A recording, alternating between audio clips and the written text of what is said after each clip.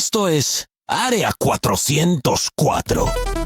Tecnología, datos y gadgets inútiles. Con Roberto Carrancio, un debía con más millas que la Ruta 66.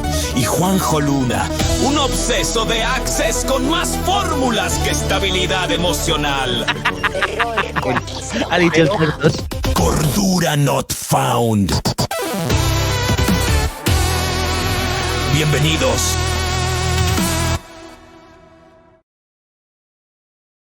Hola a todos. Bienvenidos a este tercer episodio de Área 404. Hemos tardado un poquito en salir, pero ya Se estamos. me ha hecho largo, tío. ¿Se te ha hecho larga la espera? Sí, pero es que merecía la pena. Es que tenemos un invitado. Hoy no estamos solos. Hoy tenemos un invitado de lujo. Sí, sí, sí. Así que si te parece, vamos a ponerle aquí en pantalla ya y Sí, le por favor. presentamos. Aquí tenemos Jorge Llana, bienvenido. ¿Qué tal? ¿Cómo estáis, amigos? Un placer y un honor estar aquí en Área 404 y seguro que lo vamos a pasar pipa. Uno de nuestros seguidores más aférrimos, que se ha visto nuestros 2 programas enteros. ¡Wow! Eso no lo he hecho ni yo. Es más, Y ha dejado comentario en los 2, así que ha tenido premio y ahora sale aquí. hasta le compré el libro a Roberto de SQL, fíjate. Fíjate si seré friki de esto. Voy a tener que hacer un libro para que me lo compres. Esto no puede ser. Claro. Tú tienes que sacar el libro de Access. Sin duda. Sí, va a ser un éxito de ventas. Yo lo tengo clarísimo. Lo tengo clarísimo. Que sepas, Roberto, que nos están copiando las grandes cadenas. Hoy lo he visto. ¿Nos están copiando en qué sentido? Sí, hoy he visto el podcast que más me gusta de todos los podcasts, que es Nadie sabe nada. Y en el segundo episodio han hecho una sección que se llama Tacto, de expertos tecnológicos para comprensión de tecnologías. Anda. Como te lo digo, y digo, nos están copiando. Es que han visto el éxito de Área 404 y, claro, se querían sumar. Van a quitar el nicho. Eto no puede ser. Nada, le vamos a quitar los premios a iVoox a Buenafuente, se los vamos a quitar nosotros, no te preocupes. Ya te digo, me copió con la Depre, me copió con el Yuyu y ahora me copia con el podcast. No puedo dejarlo solo, o sea, soy un referente para él, lo tengo clarísimo. Bueno, pero ya basta de hablar de nosotros, vamos a presentar primero a nuestro invitado. Jorge, vienes desde Asturias, ¿verdad? Desde Asturias. Correcto. Desde el centro de Asturias, concretamente en Llanera, que estoy entre Oviedo, Avilés y Gijón. Ahí en el meollo de todo. En el centro de todo. La mejor zona. Bueno. Tú sabes que mi suegra era asturiana. Anda. Y mi mujer medio también, aunque es valenciana, pero también de raíces asturianas. Pues muy bien.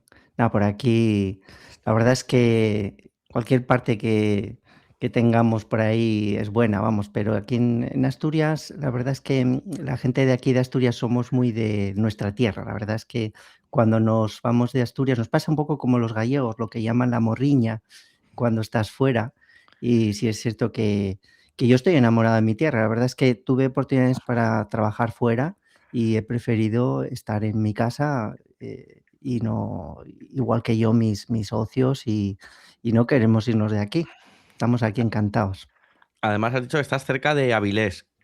Sí, yo soy de Avilés. Un hub tecnológico importante en el norte de España. Es una zona donde se concentra mucha empresa de tecnología y de informática.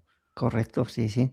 Avilés es que siempre tuvo mucha... Bueno, yo nací en Avilés, en la generación más buena de toda la época, que es la del 68, obviamente, y ya peino unas cuantas canas. Y allí en Avilés se dio la casualidad que en esa generación fue el porcentaje juvenil más grande de toda España, porque coincidió con la industrialización de la Ceralia en Sidesa que había ahí, y entonces hubo muchísima gente que vino de otras partes de España y hubo un boom, o sea, pasó de tener 20.000 o 30.000 habitantes a 70.000 en menos de una década. Y entonces es una ciudad de toda Asturias que tiene la particularidad de que encuentras gente con procedencias de toda España. En otros sitios de Asturias no se ve tanto eso. Y eso es bueno, enriqueció bastante. Por ejemplo, mi mujer, su padre era de Sevilla, la madre de Madrid. Eso era lo normal entre mi grupo de amigos. De hecho, yo soy una excepción, que mis padres, mis abuelos, todos sí son de la zona, pero la mayoría de mis amigos de Avilés, sus familias proceden de fuera. Y luego eso se reconvirtió en consultoría, tecnológicas y todo lo que hay ahora. Igual que Sí. te reconvertiste tú, que tú no empezaste a trabajar como desarrollador que trabajas ahora, ¿no? Efectivamente, yo cuando yo era joven, la informática estaba empezando y cuando yo decidí que quería ser de mayor, ya desde niño, yo quería ser mecánico deportivo de Fórmula 1 o de otras disciplinas, vamos, de rallies, o yo quería ser mecánico deportivo, que era ¿Y lo mi... conseguiste? Y lo conseguí durante un periodo corto de tiempo, que por culpa de la informática no fue más largo, que esa es la que es una historia curiosa. Yo tenía tantas ganas pero yo era el típico chaval que en vez de estar viendo fútbol, estaba pues con las carreras de motos, los coches. Como mi padre no me dejaba tener moto, tenía una bicicross que la tenía inmaculada, arreglaba los pinchazos a todo el barrio, ajustaba los frenos, o sea, yo sabía, las herramientas me encantaban. Y ya desde o sea, cuando ya acabé GB, yo no quise ir al instituto, quise ir directamente a FP por la rama de mecánica. Y los 2 primeros años muy duros, porque claro, eso era el Bronx. Allí, todo Dios que no aprobaba y tal, iba para Vallinello City. Y luego ya sí, los últimos 3 años, digamos que en la FP2 ya tenía un profesor increíble, un ingeniero tecnológico muy bueno, y ahí nos ponía vídeos de rallies, nos enseñaba la mecánica deportiva, tal.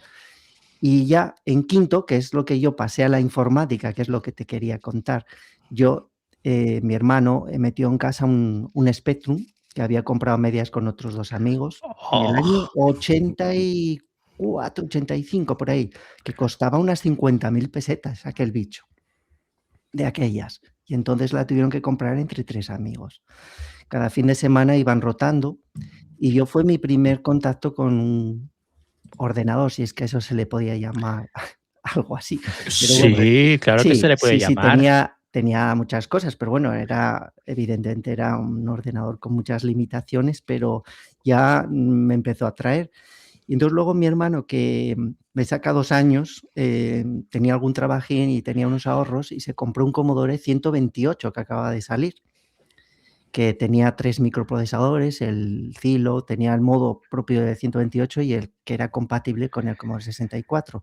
Y lo bueno es que yo no me llamaba mucho el jugar, pero sí el ver cómo funcionaba, porque a mí siempre, de las cosas, siempre soy un hombre muy inquieto, siempre me gustó explorar por qué funciona esto, cómo va y tal. Y empecé a desarrollar con el BASIC, una especie de GW BASIC que traía incorporado el Commodore 128, pero que ya tenía instrucciones gráficas, es decir, ya podías hacer, tenía la orden circle, line, bueno, rectangle. Bueno, yo de aquella hablábamos, claro, así hablo yo el inglés. En aquella época hablábamos en inglés asturiano, o sea, hacíamos circle, rectangle, eclipse, y claro, y hacíamos dibujos. Y ahí empecé yo a hacer tonterías con el GW Basic, luego a hacer ya programas también para almacenar información con ficheros de datos secuenciales, que las metías en la cinta y grababas los datos y luego los ordenaba con métodos en memoria, con Quicksorts y cosas así. Y entonces me dio por aplicar todas las fórmulas de mecánica, por ejemplo, nosotros teníamos las típicos gráficos cartesianos que veías en las revistas de autopista, donde salían las curvas de potencia, relaciones de cambio, bueno, todo tipo de cosas que os podéis imaginar. Entonces yo digo, bueno, esto es una fórmula y además era un coñazo, nos hacían comprar una hoja de estas cuadriculadas y tenías que ir poniendo los puntitos según los resultados que te iba dando, según las variables, y digo, coño, esto es meter las variables, calcular la fórmula, hacer un bucle, 2 for enlazados, o anidados, perdón, y ya sacaba el gráfico perfectamente en pantalla. Y entonces eso se lo enseñé un día al profesor y flipó. Y dice, hostis, ¿pero esto dónde lo copiaste? Y no, esto lo hice yo solo, ¿dónde lo voy a copiar? No había internet. En aquella época no se lo preguntabas a ChatGPT. No había nada. Sí que tenía muchos libros porque tenía un amigo que tenía una fotocopistería y cuando encontraba algún libro de informática me lo oye, tengo aquí un libro, ¿te interesa que te haga una copia? Y, sí. Tenía, para ser una especie de piratería de aquella, que no se llamaba ni siquiera piratería, y tenía tal cantidad de libros de informática que me encantaban, que eso fue ya un poco más tarde, que llegué a doblar en mi habitación, todos los libros pesaban tanto que se llegó a doblar el puente de mi habitación, que eran de estos típicos puentes donde tienes la cama abajo y los muebles por arriba. Y bueno, en resumen, que con aquel profesor me abrió los ojos. Yo ya estaba matriculado en la Escuela de Ingeniería de Gijón y me abrió los ojos y yo, coño, pues hago un módulo y luego ya puedo acceder a la universidad y tal y cual. Y entonces, pues, me metí a estudiar informática. Y entre tanto, por las tardes entré a trabajar en un taller de competición para preparar coches para rallies. Y estuve así durante 2 años y medio, más o menos. Preparaba coches para rallies de subidas de montaña, concretamente. Que llaman barquetas, también del grupo N. Y estuve ahí y entonces hubo un momento en que acabé el módulo y me tenía que meter en la informática o tenía que seguir profundizando en el tema mecánico porque mi mecánico, mi jefe, digamos, me quería llevar a Francia para homologarme en turbos y poder acceder a circuitos que él, como no estaba titulado, no tenía esa capacidad de poder acceder a mecánico oficial de circuitos de, por ejemplo, Jarama, etcétera. Y entonces estuve dudando ese verano y al final dije, sigo con la informática. Y bueno, y no me arrepiento, la verdad, Y menos mal. Y me fue bien, vamos. De la otra forma no creo que me fuera, vamos, también me gustaba. Yo creo que todo donde le pones pasión al final te sale bien.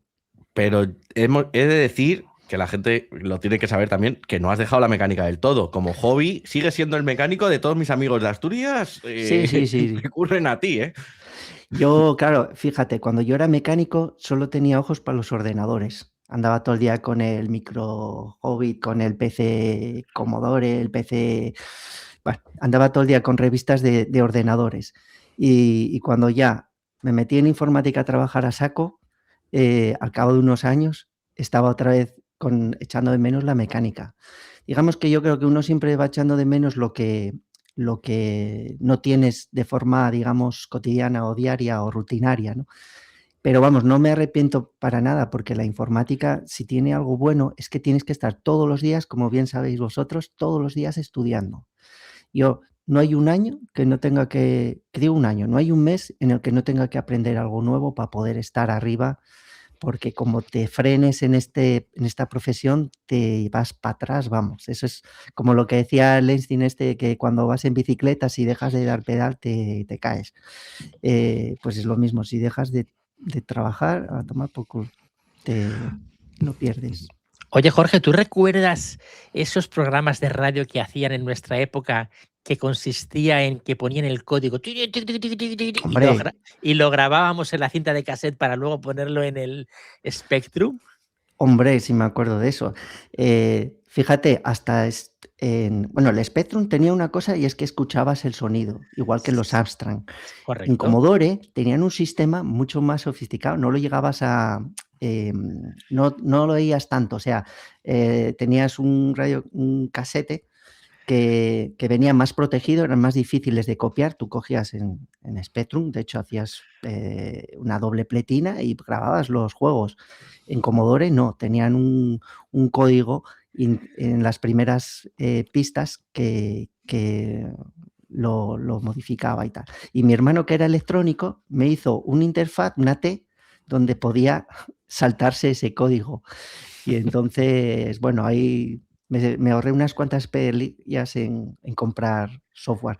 Y eso de la señal esa, nosotros lo usábamos mucho, por ejemplo, en uno de los proyectos del trabajo, que trabajamos para temas de bomberos y tal, lo integramos en un PTT, en el pulsador. Cuando pulsabas, nuestro lema era, si puedes hablar, sabemos dónde estás. Entonces metimos un GPS y cuando pulsabas el botón, soltabas el botón, hacía el pi y me recordaba el Spectrum, entonces le mandaba la posición por la radiofrecuencia o sea, por la radio convencional de hablar.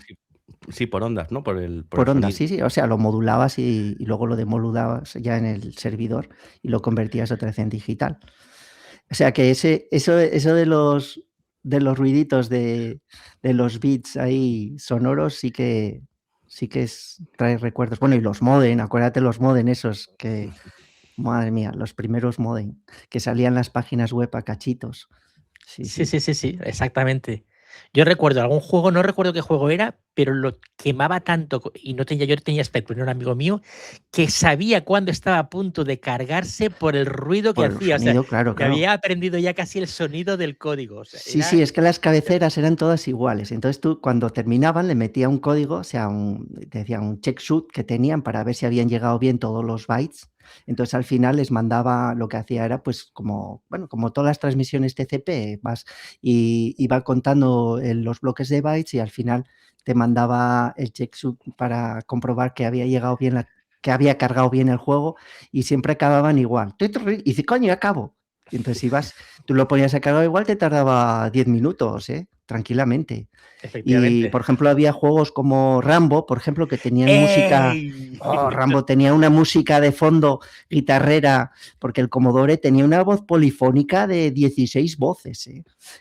Ojito al dato, no como los PCs que tenían ahí una música de chichihuahua.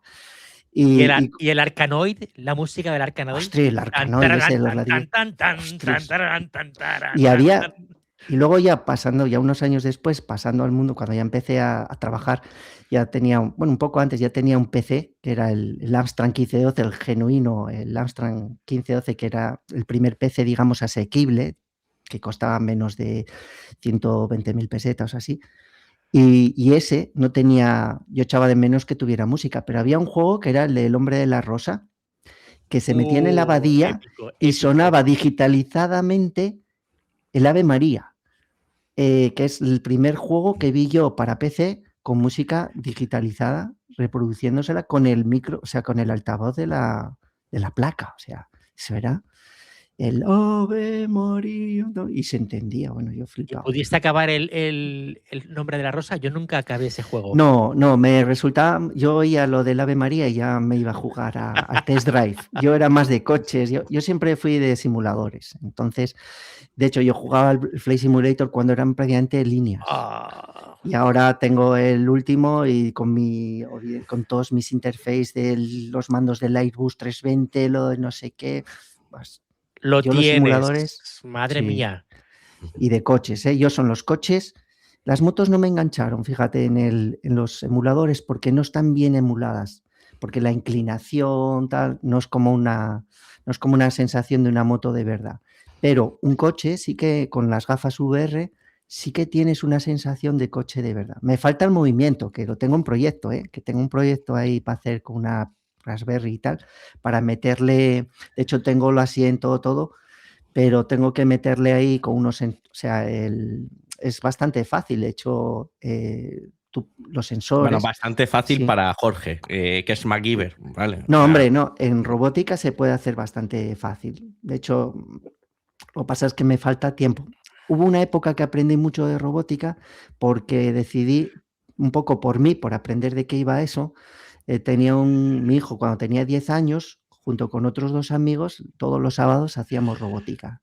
Y hicimos de todo tipo de tonterías con el Arduino y luego ya pasaron a programar, y hoy mi hijo pues ha acabado la carrera y es informático, igual que el otro que también venía con él. O sea que sí que generé escuela ahí de gente rara, de frikis y informáticos y estas cosas. Nosotros tenemos en casa el volante, tenemos las gafitas esas de la Play, y cuando jugamos una carrera de estas del típico de carrera, el resto de la familia está cogido a la silla con gotitas de agua, con ventilador, y hay que putear todo lo que se pueda al que está conduciendo para que se crea que es de verdad. ¡Ah, qué bueno! Eso está muy bien. Es que esas gafas, ojito, yo tengo las Quest y bueno, tenía también las de la Play, y la primera vez que la puse, que hay una demo de un tiburón que estás en una jaula y te va a ir a morder. Ojito, Pues, sí, todavía me acuerdo aquel día que casi he hecho a correr.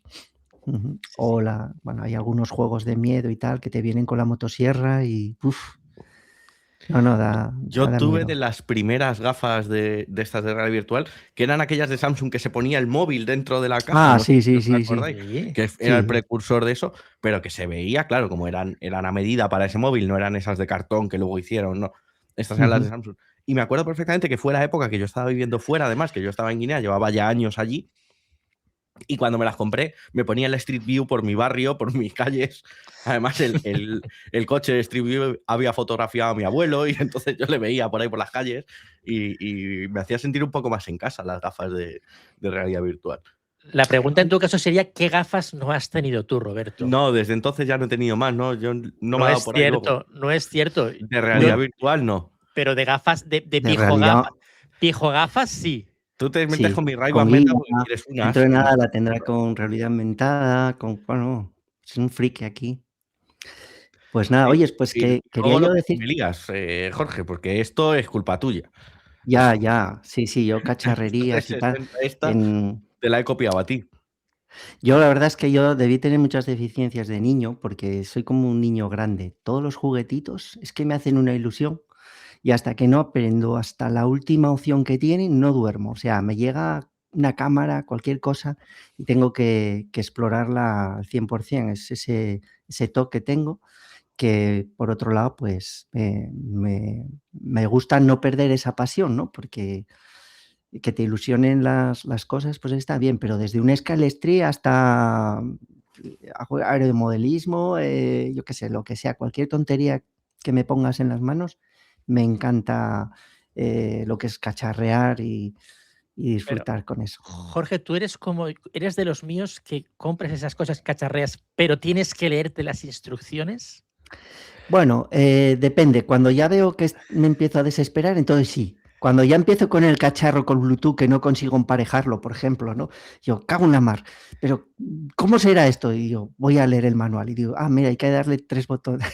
Entonces ya, cuando ya desespero, sí. Pero normalmente, cuando ya coges cierta soltura, por ejemplo, las cámaras, sí que no me suponen un problema, porque yo también en mi trabajo trabajo con cámaras y videograbadores y demás cosas, y todo eso al final vas cogiendo cierta cultura y todo tiene su porqué y más o menos en unos minutos te haces con los menús. Otra cosa es que luego los puedas explotar bien, que esas ya con la experiencia, la práctica, ensayo, error, ya sabes que lo mejor es equivocarse, como cuanto más te equivoques más aprendes. Entonces hay que probar, hacer, tal, y a base de cacharrear y jugar es como mejor se aprende, porque si lo lees y luego no lo aplicas, se te olvida en 2 días. Entonces lo ideal es probar las cosas y ir tú tropezando y aprendiendo. Que por cierto... Perdona, Sí. aquí hay un salto generacional, porque a ver, estáis hablando de leer el manual. Eso, si nos está escuchando alguien un poco más joven que yo, se va a TikTok o a YouTube a ver el vídeo de cómo se hace. Lo de leer el manual. Y yo he de reconocer que cada vez me voy más al vídeo, aunque primero miro el manual. Sí, yo ahora últimamente me estoy haciendo muy vago. Ya directamente pregunto a la IA, que desde hace unos años para acá, como decías tú, el chatín o la chatina, o algo así que dijiste el otro día. La chati. La chati. Pues es que la chati es que es muy lista. Y entonces, mira, hoy mismo, viniendo para casa, una vecina estaba haciendo las fotos a un coche para pedir una oferta de un seguro y no sabía dónde estaba el número de bastidor.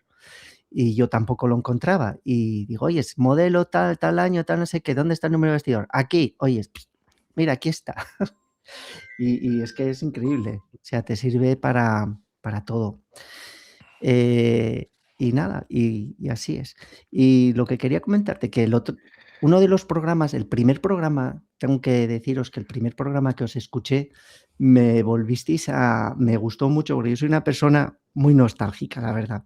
Y oyendo a Juanjo hablar de el ACES para mí fue un antes y un después. Eso fue una revolución, fue como la IA de hoy, pero en los años 90 tú no sabes lo que fue el ACES, o sea, y date cuenta que yo venía de programar, que en mis comienzos, si queréis, esto es como hoy hablar de neandertales en temas de informática. Mi primer trabajo fue en COBOL, fíjate, trabajando en COBOL. También toqué algo de RPG, pero donde realmente me desarrollé, sobre todo a nivel ya profesional, los primeros programas que vendimos, porque siempre en colaboración con yo tuve la grandísima suerte de conocer a 3 personas que son mis actuales socios, ya en los años finales de los 80, y ya hacíamos nuestras cositas juntos y trabajábamos con Clipper. Yo concretamente con Clipper, basando en el lenguaje XBase por excelencia en aquel momento, usando directamente DBFs y todo en MS2, lógicamente. Todavía tengo programas corriendo en Clipper, ¿eh? Alucina, tengo clientes que todavía usan el programa y sin problemas. Eso tiene que ser robusto como ellos solos. No, claro, es que el Clipper, a ver, en MS2 eso... hace 4 cosas, pero las hace perfectas. Hace 4 cosas, pero las 4 que hacía, y luego los índices se pueden llegar a corromper, pero lo que haces es darle un botón que reindexaba y ya está. Y se arreglaba, ¿no? Pero sí, eran muy fiables, eran cosas sencillas de gestión y tal. Pero claro, era un trabajo. O sea, tú para hacer una facturación, para hacer cualquier tontería en Clipper, pues eso era la leche. Tenías que tirar de librerías. Era un lenguaje basado en el de base, pero que te permitía compilarlo. Te permitía generar un exe. Y el motor de bases de datos era el DBF del estándar que había en aquel momento, que usaba también ¿cómo era? WinFoss o no. Fox Pro. Sí. Bueno, era un XBase, era un lenguaje XBase, pero claro, cuando llegó el Windows, pues ya en los años 90, concretamente cuando en el año 93 que decidimos yo y otros 3 compañeros de trabajo en aquel momento de montar una empresa, decidimos dar el salto y obviar el mundo del MS2, que era como lo antiguo, y volcarnos en el mundo visual ya con Windows, que ya estaba, digamos, Windows empezando a arrancar. Y entonces ahí empezamos a desarrollar con ACES 2. Yo ya entré en ACES con ACES 2 y eso fue, digo, pero esto es la bomba, o sea, ¿cómo puedo yo? Pero qué manera de desarrollar, qué velocidad, o sea, desarrollabas en una tarde lo que tardaba 2 meses en Clipper, o sea, fue así, porque claro, eso de poder arrastrar los componentes, el usar las relaciones de las tablas de forma visual, las consultas SQL automáticas prácticamente, porque fíjate, yo usaba el OpenACES también, que tenía algo parecido, pero muy malo, pero era para MS2. Y de aquella todavía no trabajaba con SQL Server cuando empezamos. Entonces usábamos ACES para todo, tanto para desarrollar como para almacenar la información. Luego ya fue cuando ya entró en juego el Visual Basic, ya entré con el Visual Basic 3, luego el 5, el 6, luego ya llegó el mundo .NET, ya con SQL Server. El ACES lo seguimos utilizando para temas locales, sin usarlo en red. Como bien decía Juanjo, el ACES se usaba mucho para sistemas donde no había red. Claro, en aquella época la red, la mayoría de las empresas no tenían red, tenían un puesto y punto. Y ahí sí que usábamos mucho el ACES. De hecho, los primeros programas de Visual Basic tiraban contra MDBs. Eran enlazables con MDBs automáticos. No iban contra SQL Server. El SQL Server llegó más tarde en Visual Studio, que no era Visual Studio, era Visual Basic de aquella.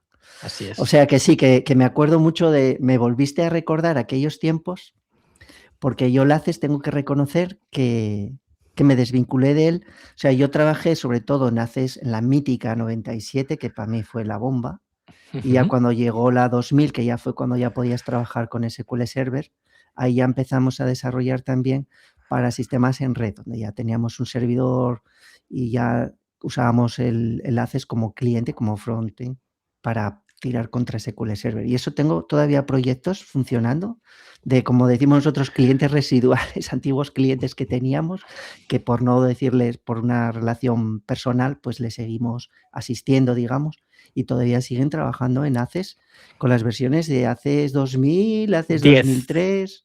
No, es que ni migraron a una más porque no les hizo falta. Claro. O sea, es que, ¿para qué? Si lo que funciona bien, ¿para qué lo vas a tocar? De hecho, una de las cosas que yo defiendo de ACES es utilizarlo como herramienta para prototipar proyectos. Primero lo haces en ACES muy sencillito y luego ya lo desarrollas en lo que tú quieras, sin entrar en Porque la visualización de pantallas es rapidísima. O sea que sí. Sí, Lo malo es que digas, tengo añoranza. ¿Cómo que tengo añoranza? Es actual, se utiliza hoy en No, día, hombre. es que yo últimamente tengo que hacer. A ver, yo lo haces cuando ya cambió la interfaz, cuando ya vino el componente, el ribbon, que llamaban Sí. con las En pestañas así, 2007. ya empecé a mirarlo un poco de reojo. Tú y todos. Y no me acaba de convencer. Y luego el formato sí es verdad que ya, cuando ya dejó atrás los objetos OLE y ya tenías más capacidades con los nuevos formatos los ACCDB o algo así, Sí. que eran como mucho más... y sí que tengo algo hecho con ellos, pero es que el problema es que yo ya me volqué 100% en mis proyectos con SQL Server. Claro. De hecho, yo lo bueno que tenía en aquella época es que nosotros montamos una empresa en el año 93 y siempre combinamos dos sectores, que es el desarrollo de aplicaciones para empresas junto con la formación.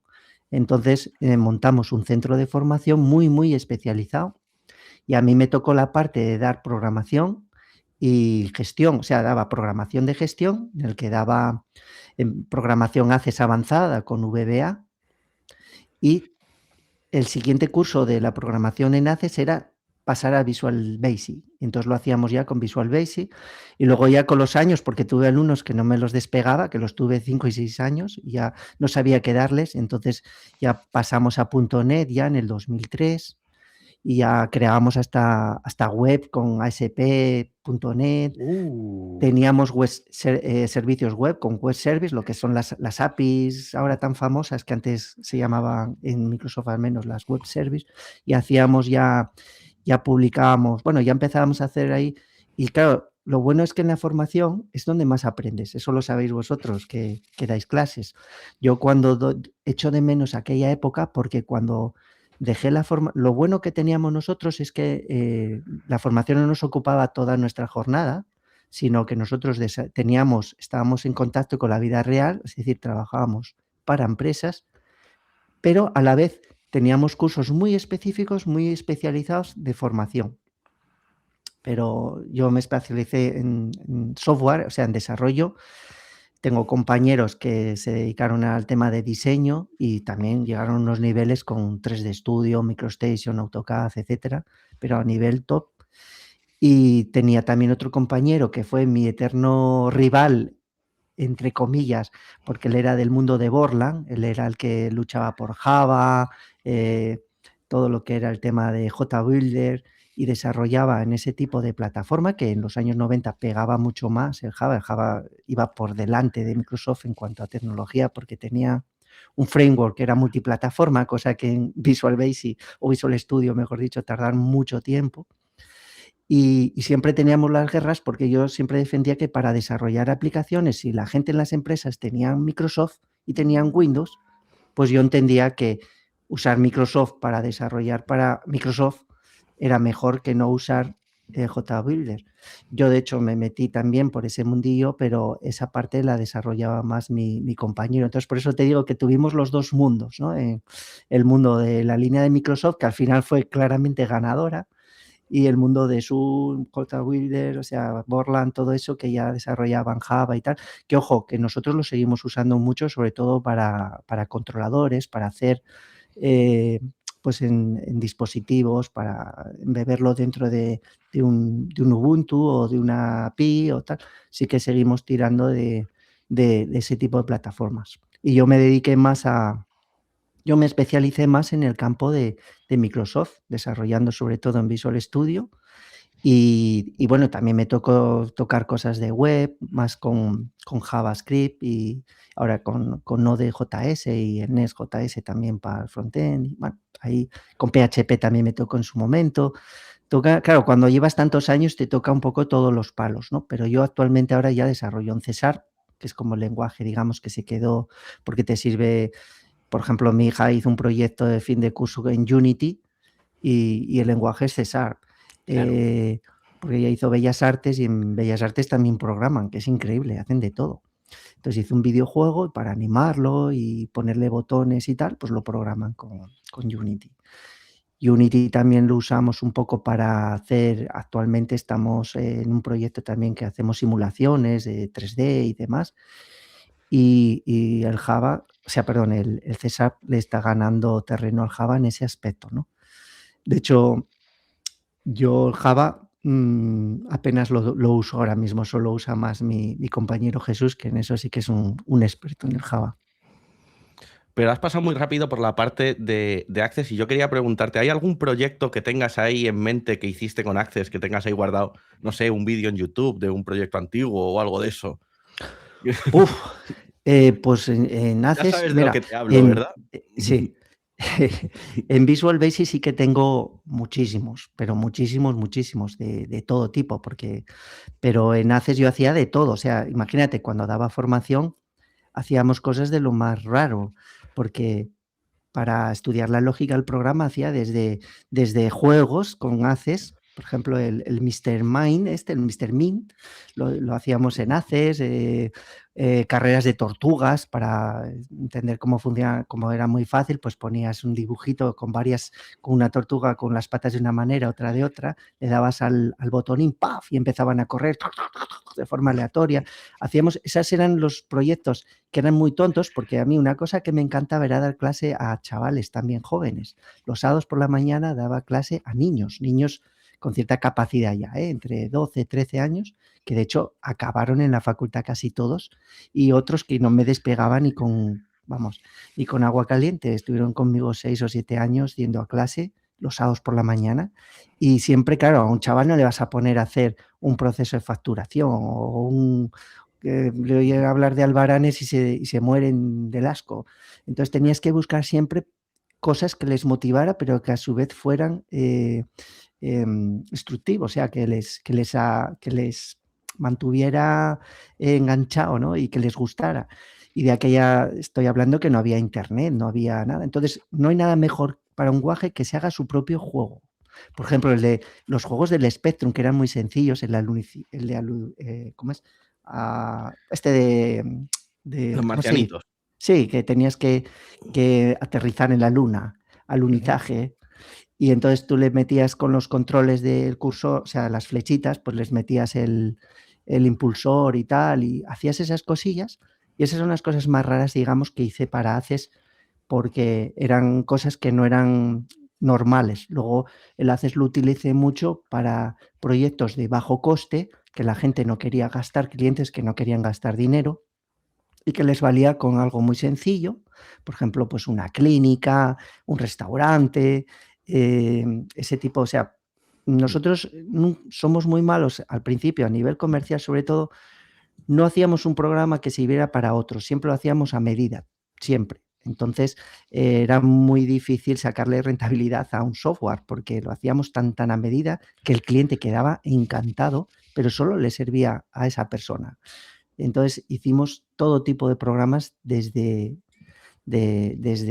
pues eso, de gestión, muchísimos. Y luego ya a nivel ya más potente también para instituciones tipo el Principado de Asturias, FEBE, etcétera. Ahí metimos proyectos que, utilizando incluso Access, manejábamos ya muchos datos, pero ya tirando contra SQL Server. Porque es que SQL Server es, para mí, el mejor producto, sin duda, que hizo Microsoft, con diferencia. Luego te paso el Bizum, Jorge. No, es que es verdad. O sea, yo vi cosas con SQL Server que no creeríais, como dicen en la película. Pero antes de pasar a esa guerra, que le tengo que dar la puñalada a Juanjo y vamos a pasar por ahí seguro, pero yo quería que nos contases ese proyecto del Sporting de Gijón que tienes en tu canal de YouTube. No, pero ¿Eso qué fue? ese no está hecho en Access, amigos, eso está hecho en Clipper. Eso todavía es anterior. Es anterior.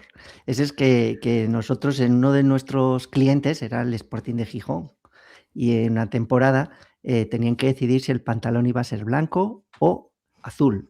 Entonces nosotros les llevábamos la informática, por ejemplo, controlábamos todos los sistemas de cuando hay elecciones, como en cualquier, pues al final no deja de ser una empresa, entonces hay elecciones y escogen a sus presidentes, directivos, etcétera, y entonces los socios votan. Entonces nosotros teníamos un programa para votar. Entonces cuando la gente iba pasando se identificaba y decía lo que votaba y luego iba sacando de forma automática los resultados. Entonces hubo una vez que nos grabaron en la tele porque en el Molinón en cada una de las puertas pusimos 5 equipos conectados por red, que ya teníamos una red, pero era red coaxial, de aquellas de BNCs.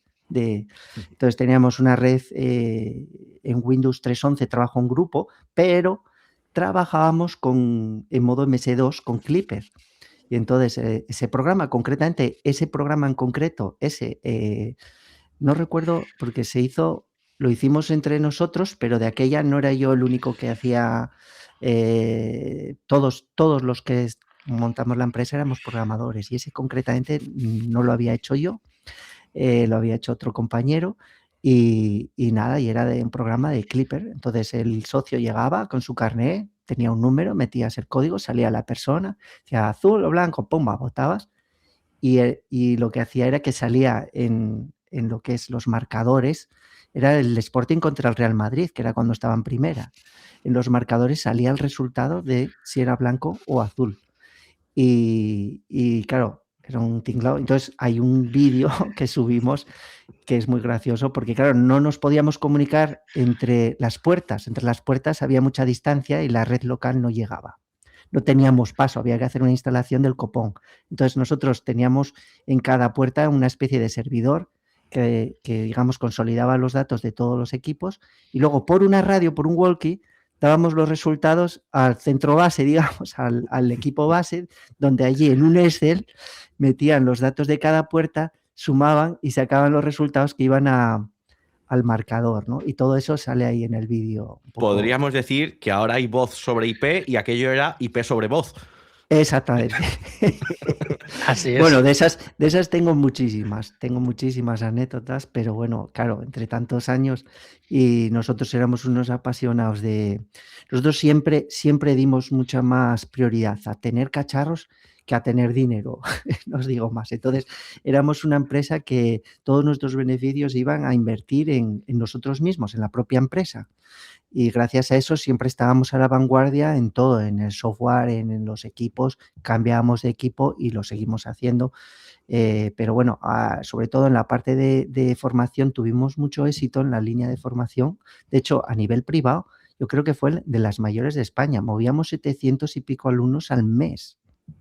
Con 12 aulas llegamos a tener, y porque teníamos 2 centros y 20 profesores o así, y hacíamos cursos muy reducidos, o sea, de 6 a 9 personas, totalmente privados. Nunca jamás quisimos cursos subvencionados porque oímos de eso. Siempre queríamos dar lo que nosotros queríamos y cómo nosotros queríamos, y entonces pasábamos todos los veranos preparando nuestros temarios para que los alumnos tuvieran lo mejor en cada... Y claro, el boca a boca era lo que nos hizo tener el éxito que tuvimos durante 16 años, pues estuve en esa fase de mi vida en la que dábamos clase. Y luego ya pues nos metimos en proyectos, la parte de software fue creciendo mucho, y llegó un momento en que ya no vimos sentido el seguir dando formación, porque llegó la era de la internet también, donde la formación empezó a tener menos valor, digamos, la formación presencial me refiero. Y la gente, pues, tener que ir en unos horarios y tal, a que te den la plasta allí y tal, pues ya no era tan... Digamos que la relación... Los tiempos cambiaron un poco, no se valoró tanto como en los grandes tiempos, y empezó la cosa a derivar por otros derroteros. Y nosotros lo bueno que tuvimos es que siempre tocamos muchos palos como empresa, y entonces cuando una cosa bajaba, pues atacábamos otra. Y nos desarrollamos un sistema... En el 2003, 2004, empezamos a desarrollar un sistema de analítica de vídeo para detectar fuegos, y desarrollamos un proyecto que todavía estamos que es uno de los que tuvimos más éxito, que es para detección de fuego forestal, que lo tenemos implantado en medio mundo, tanto a nivel forestal como a nivel industrial, también para por ejemplo, pues industrias como pueden ser madereras, parques fotovoltaicos, etcétera, ¿no? Industrias químicas, parques de camiones, de baterías, de todo sitio que sea susceptible por ejemplo, para empresas tipo papel, de reciclaje de papel. Todo ese sitio donde es muy típico que pueda haber un fuego, ahí también tenemos el software que desarrollamos. Y luego otra línea que desarrollamos mucho también es la parte de seguridad. hicimos analítica de vídeo, nos especializamos en analizar el vídeo para darle una inteligencia. Cuando nadie hablaba de la inteligencia artificial, nosotros ya en el 2008, por ahí, ya empezamos a hacer uso de... No se llamaba inteligencia artificial porque realmente no era tal.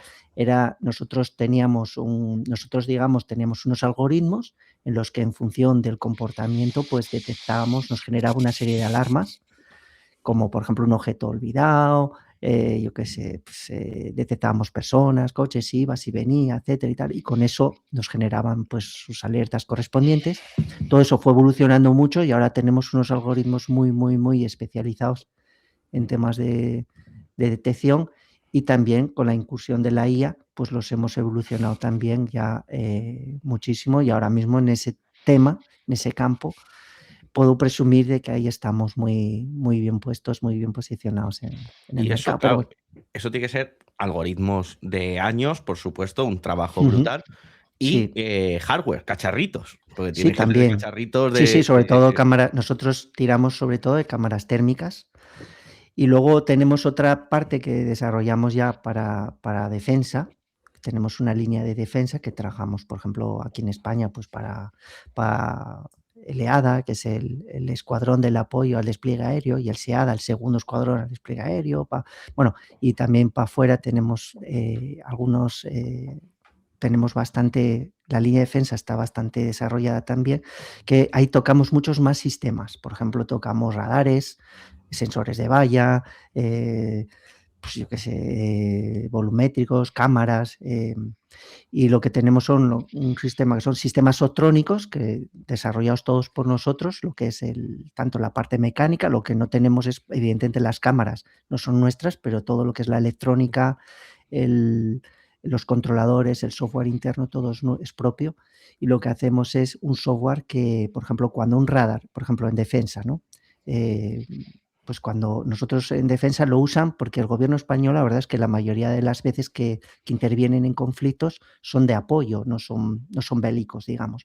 Lo que hacen es un campamento que aseguran un perímetro para albergar ahí a médicos, asistentes, policías, etcétera, que ayudan a otra gente en los conflictos, en los países que hay conflicto, ¿no? Entonces, lo que necesitamos es asegurar esa zona. Entonces, se ponen radares para que cuando alguien llega, el radar lo detecta y el sistema optrónico lo sigue automáticamente. Aunque tengas varios sistemas, él inteligentemente sabe cuál es el que tiene que seguir o no, con unas prioridades, etcétera.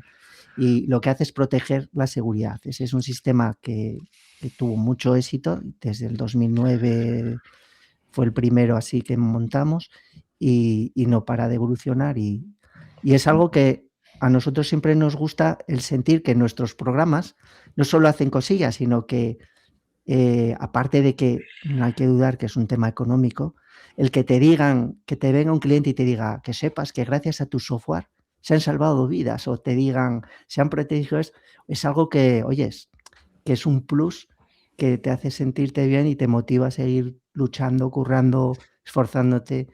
Y ese es el tema.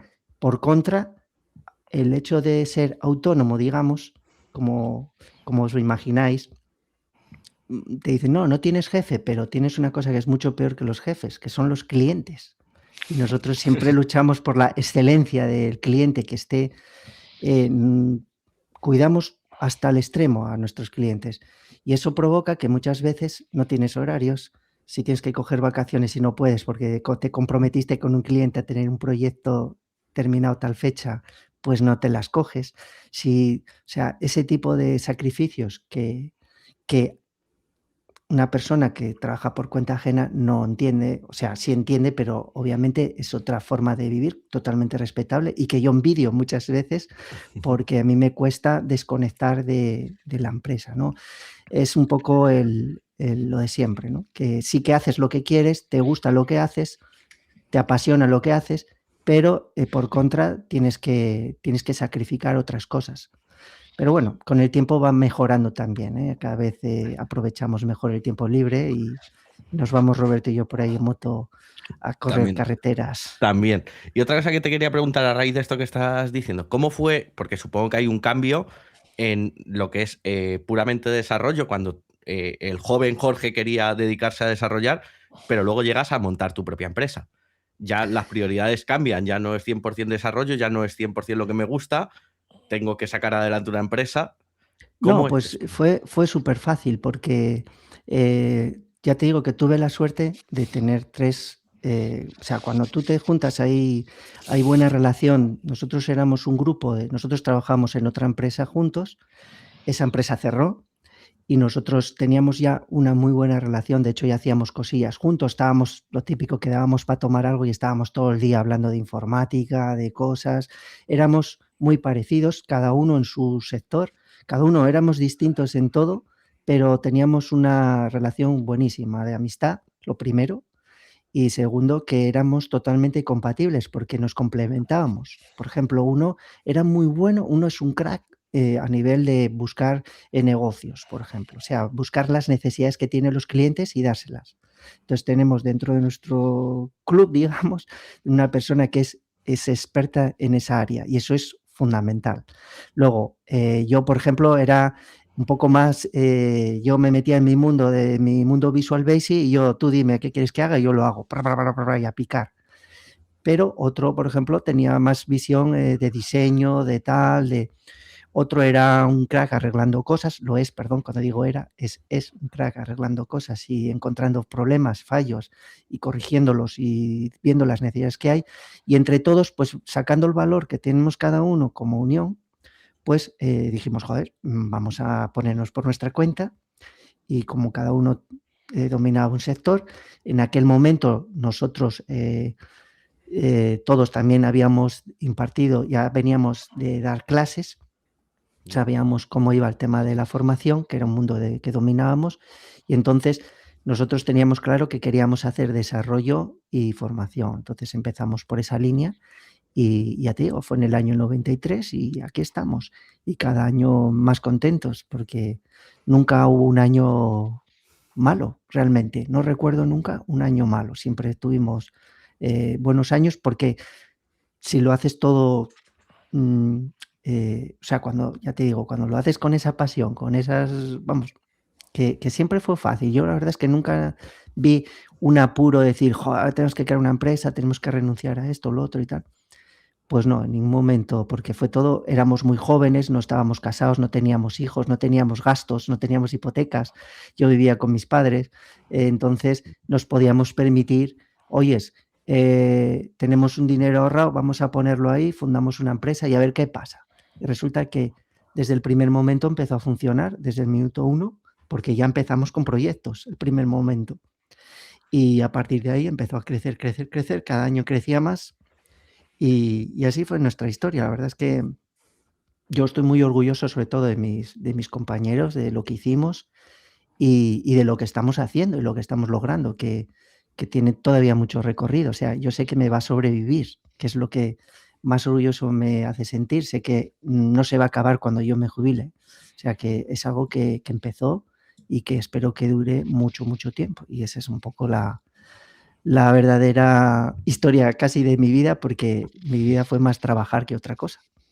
Y luego otra pregunta que tenía aquí anotada para ti, que no se me puede pasar, porque dices, claro, empezasteis a hacer proyectos y luego pasasteis a proyectos de los que dependen vidas y cosas muy importantes como detección de incendios y seguridad. ¿Qué te cambia en la mentalidad? Porque claro, supongo que el desarrollo no es el mismo para emitir 4 facturas o para la votación del color de los pantalones del equipo de fútbol que cuando hay vidas en juego. El software tiene que estar mucho más probado, tiene que ser mucho más robusto. ¿Cómo cambia Efectivamente. eso? Pues tienes que lidiar con eso. Los primeros años, de verdad, fueran de auténticos nervios, porque claro, tú imagínate que tienes que demostrar que funciona, tienes que hacer demos. Y tienes que hacer demos con dispositivos muy caros, con sistemas, entonces con un montón de gente detrás de ti mirándote, y claro, nos estamos mirando y dice, a ver si funciona bien, ya puede funcionar bien. Y entonces las tensiones que vivimos al principio, luego te das cuenta que son más miedos que otra cosa, porque va sobradamente probado. O sea, nosotros antes de lanzar el producto, obviamente le echamos muchísimas horas, tenemos el típico beta tester, tenemos, vamos, evidentemente hay veces, es que no es lo mismo cuando ya el producto está cerrado, como bien sabes, como cuando es una demo.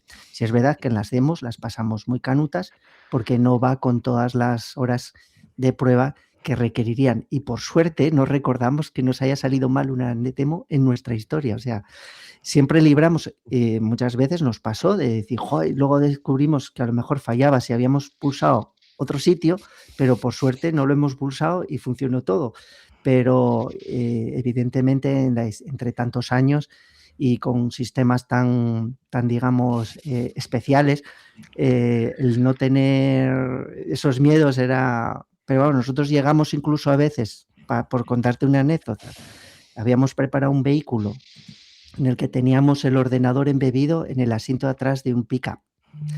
Y resulta que era un ordenador que habíamos hecho con refrigeración líquida y todo para que no se calentara, y ese sistema levantaba una cámara térmica y hacía seguimiento por videoanalítica, reconocía un objetivo y hacía un tracking tal y cual. Entonces fuimos a hacer una demo y esa misma noche donde fuimos a hacer la demo hubo una riada, o sea, llovió muchísimo y al pasar por un charco entró agua al ordenador y se quedó empapado y entonces no arrancaba y teníamos la demo el día siguiente. Pues no te digo más que pasamos la noche con el secador, concretamente más mi compañero que yo, con el secador secando la placa, lo desmontamos todo, lo secamos todo, lo volvimos a montar, le dimos a encender y encendió. Y la demo fue un éxito. O sea, cosas de esas tenemos varias, pero claro, cosas que no prevés, que haces 1000 pruebas, funciona bien, pero ¿quién iba a esperar que ibas a pasar por un río y se te iba a mojar el ordenador, ¿no? Pues son esas cosas que claro, sí que son graciosas. Ahora que lo contás, nos reímos, pero la cara de circunstancias de aquel momento no te digo yo. Pero bueno, así es la vida. Y nada. Muy bien. Oye, de todos los cacharrines que cuentas y todas las cosas, ¿cuál es el aparato, el cacharrín que más te ha gustado, que más has dicho, madre mía, estoy tocando esto? Algo que te llame más fácilmente la atención. A nivel laboral, pues claro, sobre todo es una buena pregunta, porque yo los cacharros que más manejo casi siempre son cámaras. Entonces, cuando nos llega una nueva cámara, que si es biespectral, que si tal, bueno, pues siempre jugamos con ellas y vemos sus características, hasta dónde llegan, qué resoluciones, sobre todo las cámaras. Pero cacharros así especiales, quitando drones, una vez que nos metimos un poco con el tema drones, pero luego con la legislación que había no lo vimos muy rentable, porque era un sistema autónomo que de aquella no se podía, al menos en España. Y también me molaba mucho el tema drones. Yo, de hecho, me metí en el 2013 con el tema de drones y luego, porque yo volaba algo con avioninos y tal, y me metí ahí. Pero cacharros así, o sea, dispositivos que maneje con el ordenador, que pueda... Es que sobre todo todos los dispositivos, sensores que tenemos de detección, tenemos todos, desde sensores de presencia, o sea, controles faciales, biométricos. Por ejemplo, en defensa usamos de gases también para detectar gases nocivos. Cacharros de ese tipo, los que quieras, pero esos no son nuestros, evidentemente, pero nuestros, pues básicamente los que más nos motivan son los posicionadores que nosotros fabricamos también. Hicimos una serie una vez que nos pasamos 3 pueblos y eso era, poníamos pesas, contrapesos de gimnasio y los movía a una velocidad y bueno, y todo lo que era el poder mover algo, o sea, el poder tú controlarlo mediante software, el dispositivo, eso es eso engancha. O sea, no es como la gestión que sí, también está guay. Yo, por ejemplo, llevo también la gestión del SEPA, por ejemplo, el Servicio de Emergencia del Principado de Asturias, por ejemplo, por poner un ejemplo, y sí es también bastante gratificante el ver que la gestión también puede ayudar a hacer la vida más sencilla y más simple a la gente, que les puede ayudar también. Es decir, la gestión no hay que despreciarla. es una parte muy importante también de mi vida profesional. Yo también hice bastante gestión, pero me gusta más el cacharreo, el tener sensores, ya sean térmicos, de CCTV, de radares. Por ejemplo, los radares es otra cosa que mola mucho. Ahora estamos trabajando también con LIDAR para hacer levantamientos 3D, que también es otro cacharro que mola. O sea, que te calcula en tiempo real, pues te hace un poco como lo que hace Tesla, digamos, ¿no? Cuando te dibuja el mapa de lo que ve en la carretera. Y bueno, son cacharrinos que de cacharros yo no soy el mayor experto porque yo estoy más del lado del software. Allí tendría que ser mi compañero Jesús, por ejemplo, que es el director técnico de la empresa y es un crack en todo tipo de cacharros que tenemos y que no tenemos. Y ese sí te podría hablar mucho de estos cacharros. Y si tuvieras que, imagínate que te llega un padre de estos que les dabas clases tú antes, ¿no? Y a un hijo, y dices, oye, mira, necesito que motives a mi hijo para que crezca en esta rama. ¿Qué artículo, qué producto, no qué tecnología, qué producto le comprarías para motivar? Decir, mira, cómprale esto, porque si en vez de manejar esto le va a Mira, ayudar. yo en eso creo que hice una cosa que es de lo mejor que yo, o sea, de lo que más orgulloso me siento, que además tengo vídeos ahí también, no sé si Roberto lo vio alguna vez, un vídeo que tengo de arduineando, que tengo los experimentos que hacía con mis hijos. Lo que hay que hacer con los niños, sobre todo, es que se diviertan mientras aprendes. Eso es fundamental. O sea, tú no le puedes meter a un niño un curso de SQL Server, por ejemplo, ¿no? Pero si de Access. De Access sí, porque lo puedes programar y le puedes hacer una carrera de tortugas. Mira, yo empecé con los niños haciendo robótica, con programas muy simples, pero que los hicieran ellos desde cero, nada de, porque mi hijo le gustaba la robótica y estaba en el colegio yendo a unas clases de robotics, que es unos robots que ya vienen, digamos, predefinidos, con su software y todo, y tal. Son engañabobos, porque no aprendía nada. Entonces yo vi eso y dijo, ¿tú quieres de verdad aprender robótica? Sí, no te preocupes, yo te enseño robótica. Y entonces el primer día ya se hizo un robot con un simple placa de Arduino Uno y unos alambres y un sensor de proximidad. Se hizo un insecto. Entonces él andaba y cuando detectaba que te ponías la mano delante iba para atrás. Soltabas la mano y iba para adelante. Y le hizo una ilusión tan grande a él y al amigo que estaban haciendo juntos, que estuvieron jugando con ese robot, o sea, porque lo habían programado ellos desde cero. O sea, yo lo que no quería era darles el software, sino explicarles, tenía mi encerado, le expliqué todos los pasos. Eso es lo que hay que hacer. Te voy a lanzar un desafío. Me vas a decir, ¿qué quieres que compre para hacer con mis hijos de entre 5 y 14 años? Sí. Lo voy a comprar. Lo tengo clarísimo. Lo voy a utilizar y vamos a grabar un vídeo haciendo su primer proyecto en lo que tú me digas. Mira, el proyecto más fácil, que es además muy atractivo, es comprarle un kit de Arduino de un coche, un rover, ya te pasaré el enlace, que ese es el que más les gustó. Ese es un rover que viene con los 4 ruedas, con un Arduino, con sus baterías y sus sensores de proximidad y tal.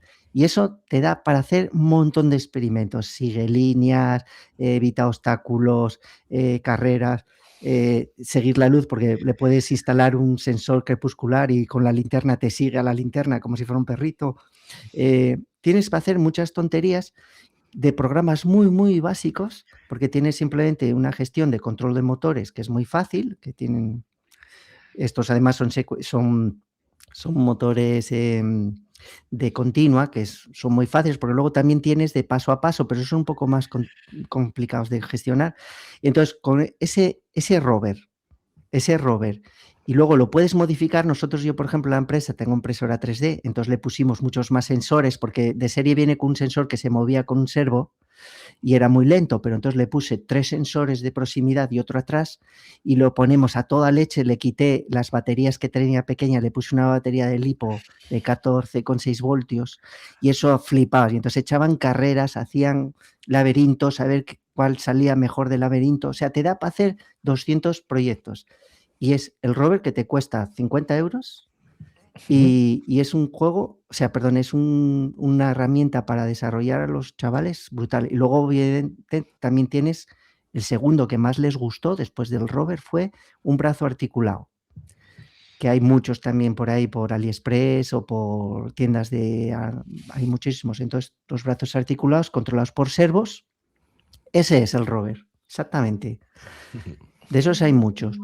Pues ese te da juego para hacer muchos experimentos, muchísimos. Y yo creo que es lo mejor para iniciar a los chavales en la robótica. Pues sin venga, duda. yo voy a iniciar una sección que se llama, en mi canal, que se llama Los Cacharrines de Jorge. Y ahí Pues, intentaré hacer cositas con mis hijos. Si tú me mentorizas, o sea, si me ayudas yo te a... ayudo, no te preocupes, Oye, por aquí, encantado. sigue por aquí, mira esto otro. Yo ya te Vamos a ver. pasaré, te pasaré ahora el enlace del vídeo de algunos de los proyectos que hicimos, porque luego, después de la robótica, cuando ya hicimos de todo, porque es que además lo bueno de la robótica es que cuando ya tienen cuando ya pasan, digamos, la barrera porque yo no quería trabajar con estos lenguajes que hay, que es todo por símbolos, que van poniendo como un rompecabezas, no me acuerdo cómo se llamaba. Yo quería enseñarles el C de Arduino puro. O sea, Sí. la curva de aprendizaje fue más larga, pero fue muchísimo mejor para ellos porque entendían lo que era una variable, entendían lo que era un bucle, pero lo estaban viendo en el lenguaje propio del Arduino. Y el Arduino, una vez que le coges las 4 cosas, es un lenguaje que es muy sencillo, pero lo bueno que tiene es que le metes una librería y puedes... Mira, ese es el vídeo, gracias Roberto, que recuerdo. Mira, ese era el primero que hicieron, que luego hicieron, esa es una estación meteorológica que hicieron, ese tenía varios sensores a la vez, ahí metimos todos los sensores con un LCD y veías pues, la temperatura, la luz, etcétera. Tenías otro para controlar de forma remota el árbol de Navidad, por ejemplo. Y ahí empezamos con el proyecto del robot. Al principio solo lo que hicimos fue el primero, andaba nada más, solo le enseñé a manejar los motores, entonces metía en una rutina y se movía. El segundo ya, ese es el que venía de serie, que tenía un sensor que se iba moviendo y entonces él iba viendo y donde no había obstáculos, si detectaba un obstáculo, daba para atrás y si no, pues iba hacia adelante y poco más. Era muy sencillo. Por ejemplo, con un sensor crepuscular seguía la luz.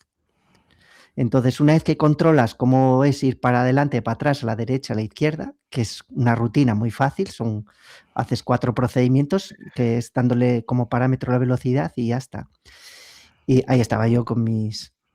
Y lo hacían todo ellos de cero, o sea, todo. Ellos se hacían el robot de cero. Por ejemplo, ese que estamos viendo era un paso nivel con lucecitas. Entonces quería manejar LED, pues para enseñarles cómo usaba los LED, pues hicimos un semáforo con unos tiempos. Entonces programaba unos tiempos y era un paso a nivel. Luego hicimos que además le iban dando nombres y todo. Era Halloween y dijimos, oye, ¿qué queréis hacer? Vamos a inventar algo. Y cogimos las pelotas de ping-pong, le pusimos una peluca, un sensor de proximidad y hacía ruido y se encendían las luces. Y entonces lo dejábamos apagado y cuando llamamos a mi mujer y cuando bajó al sótano casi se cae del susto.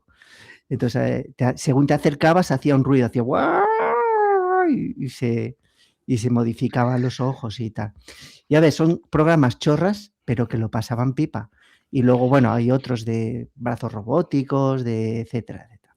Teníamos un brazo robótico que cogía una lata, se la pasaba a otro, el otro la cogía, o sea, lo sincronizábamos. Cada uno tenía que hacer su parte y tenían que en equipo hacer algo. Y la robótica, la verdad es que es la mejor forma para que los niños aprendan a programar. Porque ven el efecto inmediato, o sea, ven que hacen una instrucción y inmediatamente ven el resultado. Y evidentemente tiene que haber alguien que sabe detrás, porque se traban mucho, obviamente, en el Arduino. Hoy no le funcionan y encima el debugger que trae es muy malo. Me creo que habrá mejorado mucho, porque no he vuelto a programar con Arduino desde entonces, de hace ya unos años. Ahora se lo pedirán a la IA y se lo hará la IA. Claro, ese es el problema, que la IA está muy bien, pero la IA no te lo hace todo. Yo, por ejemplo, uso la IA, como todo el mundo ya, pero te mete unas gambas del copón. Entonces tienes que estar detrás para saber lo que hizo y poder corregirlo si no está bien. O sea, entender lo que te hizo al menos, no usar la IA a lo loco. Y evidentemente tú no puedes hacer un producto hecho por IA y ponerlo en producción sin revisarlo y sin saber cómo arreglarlo si no está bien, ¿no? Y eso es lo que te da también el pasar por... Yo, fíjate, gente como nosotros que hemos vivido el mundo sin IA, creo que tenemos más valor hoy día que los que están empezando ahora a desarrollar tirando de IA, porque conocemos la parte dura de la programación, la de picar código. Y yo creo que eso es una ventaja más que una desventaja, porque ves los defectos de la IA. Ahí quería llegar yo. ¿Cómo ves, tú que llevas tantos años y has visto cambiar todas las tecnologías muchas veces, cómo ves ahora el cambio con la IA? A mí hay una cosa que me preocupa y es que decimos, no, el que ya sabe no tiene que preocuparse, la IA nunca va, o pica código pero no define la infraestructura. Vale, cambiamos a los juniors por IA, pero nos vamos a quedar sin seniors. O sea, llega un momento que la jubilación senior de ahora se jubile. Claro, el problema de las IAs es que si tú estás usando los juniors, como bien dices, para hacer las cosas y no aprenden realmente, o sea, bueno, no es que no aprendan, es que es otra herramienta. Digamos que desarrollan otras habilidades. Y todo está cambiando tan rápido, pero sí es verdad que a mí me preocupa el problema de qué va a pasar cuando no haya seniors, cuando no haya gente que sea capaz de corregir lo que hace mal la IA, porque si dependes tanto de la IA, luego evidentemente puede generar ¿Crees problemas. que es dependencia, o sea, que la dependencia es distinta a la dependencia que había antes de Stack Overflow o antes de los libros? Porque ahora te dicen, sin IA no desarrollas, pero antes sin Stack Overflow no desarrollabas y siempre ha sido la broma, ¿no?, de copiar. Y antes sin el libro de turno no desarrollabas. Yo desde luego estoy a favor de la IA plenamente, porque es una revolución, está habiendo una revolución brutal, pues más grande incluso que la que hubo en sus momentos en los 90 cuando llegó Internet como un elefante en una cacharrería, que de repente parecía que todo dependía de Internet, ¿no? De hecho, hubo muchos retractores de que Internet iba a acabar con muchos puestos de trabajo, con periodistas, con pequeños negocios, con las librerías, etcétera, etcétera, ¿no? Pero luego se vio que efectivamente se acabaron muchos puestos de trabajo, o sea, muchos puestos de trabajo se fueron al carajo por culpa de Internet, pero se generaron muchos también. Entonces, simplemente hubo una evolución. Yo creo que en la IA va a pasar, yo no soy tan catastrofista como dicen que la IA nos va a mandar todos al paro y tal. Es más, yo creo que va a llegar una época de bonanza para la humanidad, porque vamos a poder desarrollarnos más en la que nosotros tenemos valor.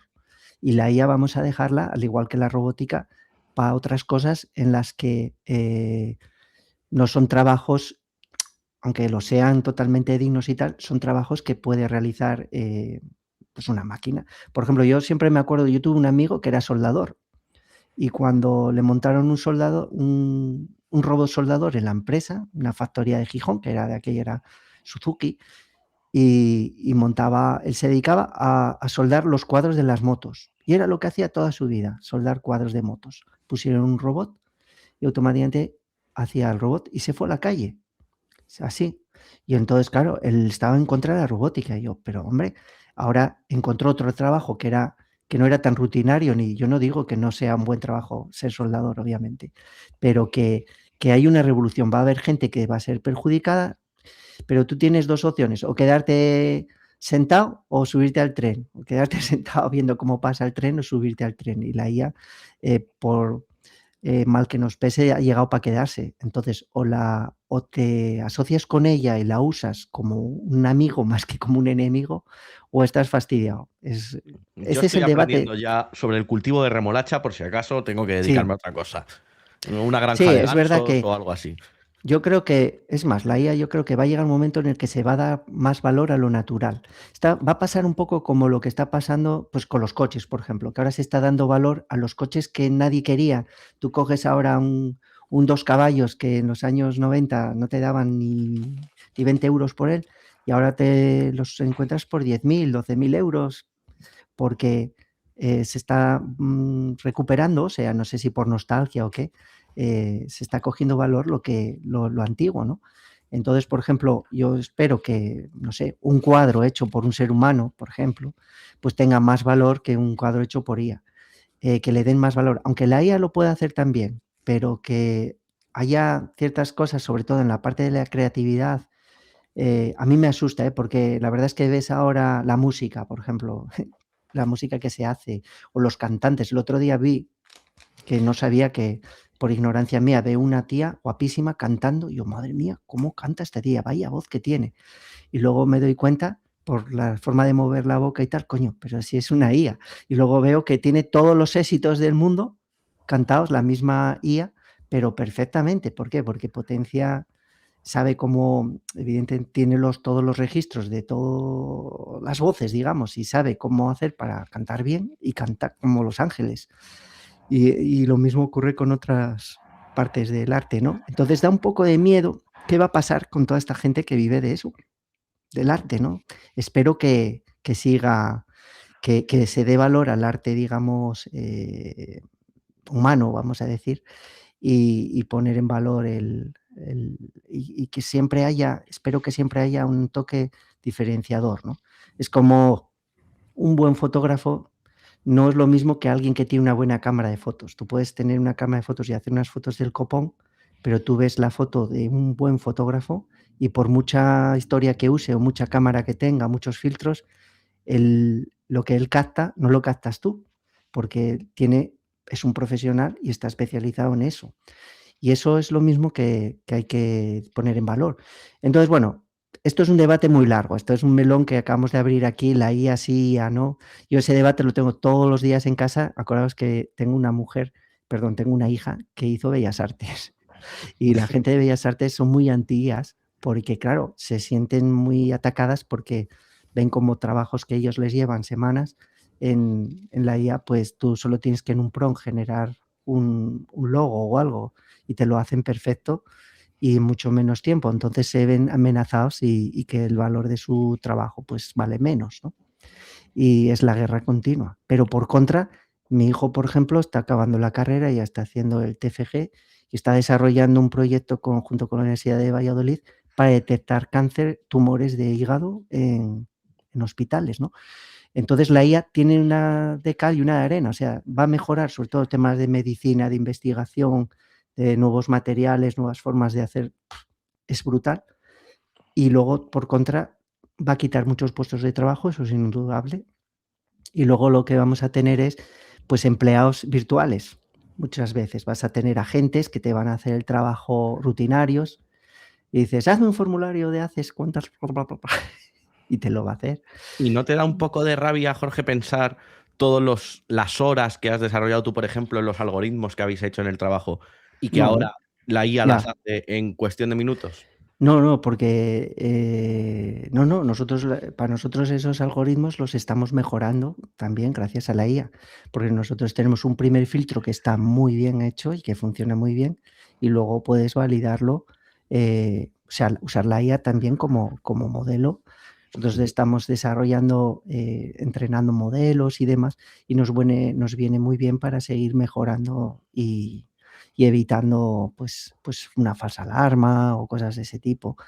Entonces, nosotros la IA la vemos como un aliado más que un enemigo. Y rabia ninguna, porque si llegamos aquí fue gracias a esos algoritmos que desarrollamos durante tantos años y que nos dieron tan buenos frutos y que ahora estamos evolucionando. Ya te digo, es que lo bueno de esto es que en esta industria nunca paras, siempre estás mejorando. Y nosotros siempre estamos con intentar hacer versiones mejores de lo que tenemos para dar mejor servicio, evidentemente. Y es la vida misma. Entonces, si te toca, a mí, claro, pues vas evolucionando, pues ya te digo, imagínate, pues pasas por todos los lenguajes, pues ahora, pues yo, por ejemplo, ahora siempre estoy intentando, por ejemplo, el Visual Studio mismamente tuvo una evolución brutal.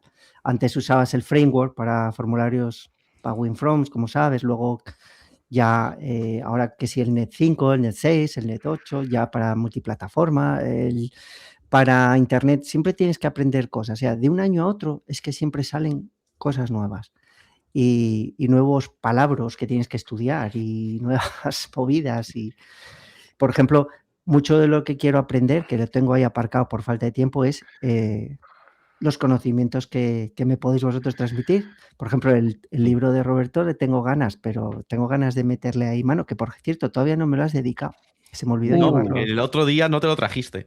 Es que se me pasó. Pero bueno, haré otra visita nos por veremos. Asturias o tú por Madrid y Por ejemplo, el aplicar el modelo de SQL que habías explicado en un vídeo, que era, ahí se me olvidó la palabra que usabas. Sí, hombre, que no es una base de datos relacional, sino que vas dándole... La parte de IA en SQL, ¿me estás hablando? Sí, la parte de IA. La parte de la búsqueda vectorial. Eso, hombre, la búsqueda vectorial de eso no esa, está por en el ejemplo, libro, eso es demasiado nuevo y no... Ya lo sé, pero eso, por ejemplo, es un área que quiero explorar y le veo potencial, pero claro, cuando tienes muchas cosas que acabar, pues te cuesta innovar, ¿no? Eso es lo que echo menos de la formación, que como era obligación, o sea, yo por A por B tenía que innovar para poder dar a mis alumnos lo último de lo último, pues estaba continuamente innovando. Ahora tú, cuando llegas a cierto nivel de desarrollo y ya cubre tus necesidades productivas, digamos, que ya con eso ya cumples tus objetivos, pues te acomodas un poco y lo haces un poco por obligación también. Y luego ves que con lo que estás aprendiendo has mejorado lo que ya Hombre, pero tienes tienes, que ¿no? seguir en el mercado también. O Claro, sea, tienes que obligar a buscar y a seguir y yo informando. eso lo tengo clarísimo, siempre hay que ir buscando. Lo que pasa es que hay años que creces más que otros, está claro. Y eso es un problema porque, mira, hay una frase que decía, antes hablabas, cuando has empezado hablando de Clipper, decías que era los dinosaurios, ¿no? de la informática. Es que el problema es que decía David Hurtado, que es Innovation League, creo, en Microsoft, y decía en una conferencia sobre la inteligencia artificial, es que hace 6 meses ya es el paleolítico en temas de inteligencia artificial. Sí, claro. Cada semana sale una cosa nueva, es prácticamente es que va a una velocidad. estar al día. Entonces, a mí me hace mucha gracia cuando en las entrevistas de trabajo ya la típica pregunta de dónde te ves en 5 años.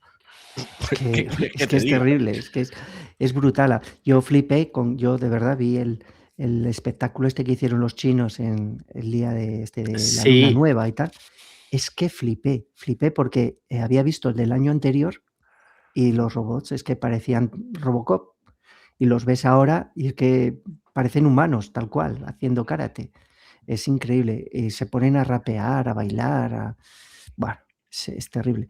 Y están creando eso, unos materiales que hacen la función de ligamentos, que son flexibles, pero a su vez resistentes, para que tengan los movimientos de un esqueleto humano. Es una pasada. Ay, se nos fue Roberto. Parece que se... No sé qué ha pasado, Hola. se me ha quedado pegado. ¿Qué pasó? Se había oído. Bueno, no pasa nada. Seguimos aquí, pero de todas formas yo creo que nos está recordando que vamos ya camino de la hora y media. Sí, la verdad es que yo soy como... peligrosamente a eso y lo hemos pasado genial. La verdad es que es un gusto escucharte, Jorge. No sé si Juanjo quiere alguna pregunta para ya cerrar. No. Iba a reafirmar en lo que decía Jorge, pero no tengo nada que añadir, porque sí. Está bien, no hace falta, que lo que está bien dicho no hace falta incidir más. Yo tenéis que perdonarme, pero soy como ese ya os lo comenté, como del Mota, que dices tú de la mili la mía, y empieza a contar batallas. En el 1936, pues yo igual, o sea, me enrollo como una persiana. No hemos hablado de cámaras 360, que se te da para no parar en otra hora. Es que yo la verdad es que tengo un problema y es que me puede la pasión y a veces pues me cuesta, empiezo a hablar y si no me metéis el corte, vamos, se dan aquí las uvas. Entonces es algo que tengo que trabajar. Pues a ver, porque me cuesta, soy un brasas, vamos. Si la gente quiere ese programa de cámaras 360, que lo deje en comentarios, que te volvemos a invitar, que hemos estado muy a gusto contigo y esperemos que tú también hayas estado a gusto. Un honor y aprendo muchísimo de vuestras vuestros programas y, o sea, la verdad es que me encanta oíros porque cuando os oigo algo, yo siempre estos podcasts tecnológicos me encantan y es una forma de aprender porque hay veces que oyes alguna palabra, alguna cosa, alguna herramienta que no conoces, inmediatamente entro en internet o en la chatina y le pregunto qué es esto y es una forma también de enriquecernos todos, de compartir el conocimiento, porque aquí ya sabes que todos saben más que tú en algo, está claro. Aquí nadie es experto, aunque en muchas cosas sí, pero yo soy muy de conocer un poco de todo y sí que me considero experto en algunas cosas, pero prefiero más ser aprendiz de muchas cosas y por la curiosidad. Y gracias a vuestros programas, pues puedo alimentar esa curiosidad que tengo de aprender cada vez más. Pues hoy sí que sí, Roberto, podemos decir que hemos tenido un experto. ¿Qué va? Pero nada. A mí no se Nada me más lejos ya, de la realidad. No se me ocurre ya nada más que decir para cerrar más en alto. Así que recordando a nuestro amigo en común, Vampi, Jorge, la última pregunta. ¿Tú te la has pasado bien? Yo de cine. Pues ya Yo está. de cine porque me sentí como en casa, porque bueno, a ti ya sabes que te aprecio mucho y compartimos podcast, y a Juanjo de oírlo, la verdad es que es un hombre entrañable y tenía ganas de conocerlo y hablar con él y creo que va a surgir una buena amistad entre nosotros. Ahora que vas a ir con el tema robótica, puedes contar con mi ayuda 100%, que ahí estoy, para lo que necesites. Muchas gracias. Pues hasta aquí el programa de hoy. Juanjo, si quieres despedirlo tú. Nada, pues que ha sido un placer contar con este experto y nos vemos prontito con novedades, que hay muchas interesantes. Muy Así mal, que, Juanjo. amigos Muy mal. míos, ¿por qué? ¿Cómo despides sin hablar del evento de Valencia? Venga, últimos 2 minutos.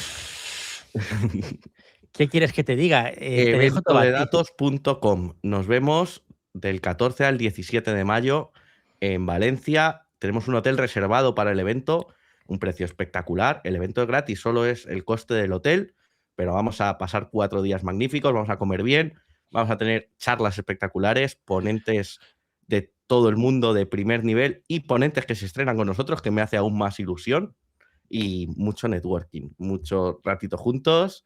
Y eventodedatos.com. Nos vemos en Valencia. Pues allí os veremos en este evento de expertos. Muy bien, muchas gracias.